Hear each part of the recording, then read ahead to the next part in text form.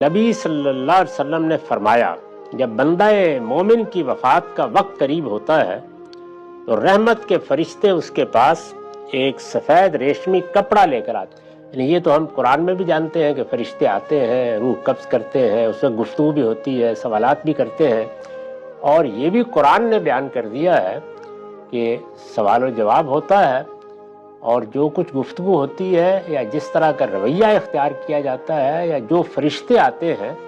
वो आदमी की सीरत किरदार के लिहाज से आते हैं। यानी कौन से फरिश्ते हैं, जहन्नम के फरिश्ते हैं या जन्नत के फरिश्ते हैं, तो ये बात बयान की। तो यहाँ कहा रहमत के फरिश्ते उसके पास एक सफ़ेद रेशमी कपड़ा लेकर आते हैं और कहते हैं कि ऐ मुतमईन नफ्स, अल्लाह की अता करदा राहत और सुरूर की तरफ और अपने परवरदिगार की तरफ जो तुझसे खुश है बाहर निकला। यानी इस तरह गोया खैर मकदम के अंदाज में, बशारत के अंदाज में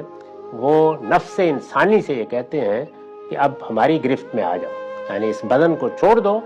और अलग आ जाओ, इस हाल में कि तू उससे राजी है और वो तुझसे राजी। ये बिल्कुल कुरान के अल्फाज हैं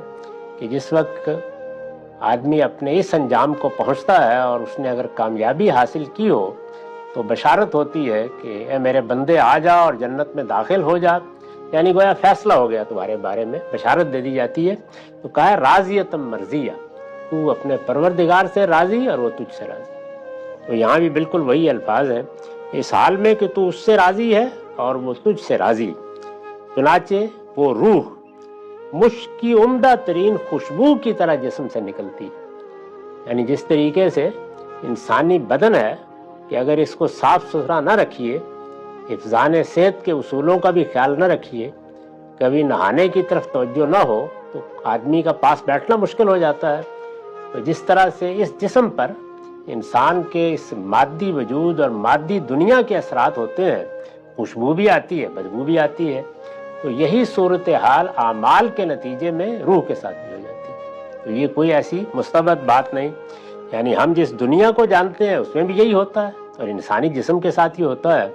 और जो अंदर शख्सियत है उस पर ये असरात आमाल के लिहाज से होते हैं। चुनाचे वो रूह मुश्क की उम्दा तरीन खुशबू की तरह जिस्म से निकलती है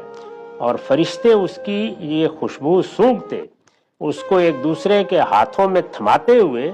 आसमान के दरवाजे पर ले जाकर ये कहते हैं, देखिए ये किस कदर उम्दा खुशबू है जो ज़मीन से तुम्हारे पास आई है।